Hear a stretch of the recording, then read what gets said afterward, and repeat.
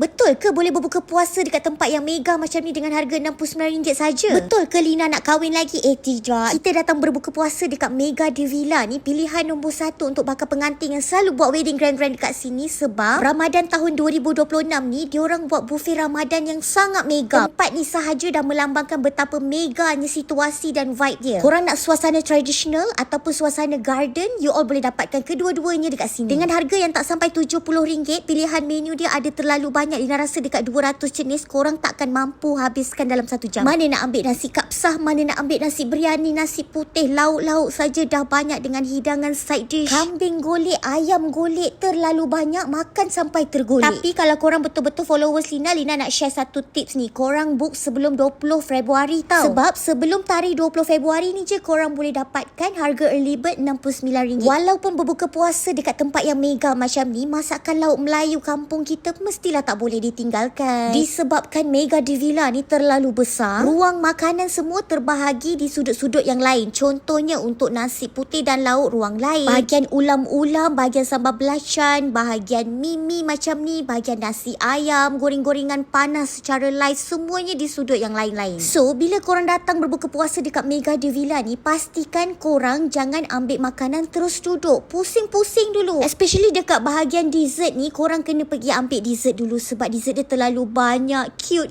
takut nanti habis pula. Tapi jangan risau, you all datang, bawa diri, bawa family, bawa kawan-kawan office, berbuka puasa dekat sini. Korang jangan tanya makanan yang Lina makan dekat sini semua sedap ke tidak. Kalau dah terhasil satu ketul video untuk korang ni, maknanya apa? Maknanya sekarang korang save dulu, tengok nombor telefon tu baik-baik, lepas tu korang terus tempah sekarang. Thank you korang for watching, bye. Selamat berbuka walaupun lambat lagi.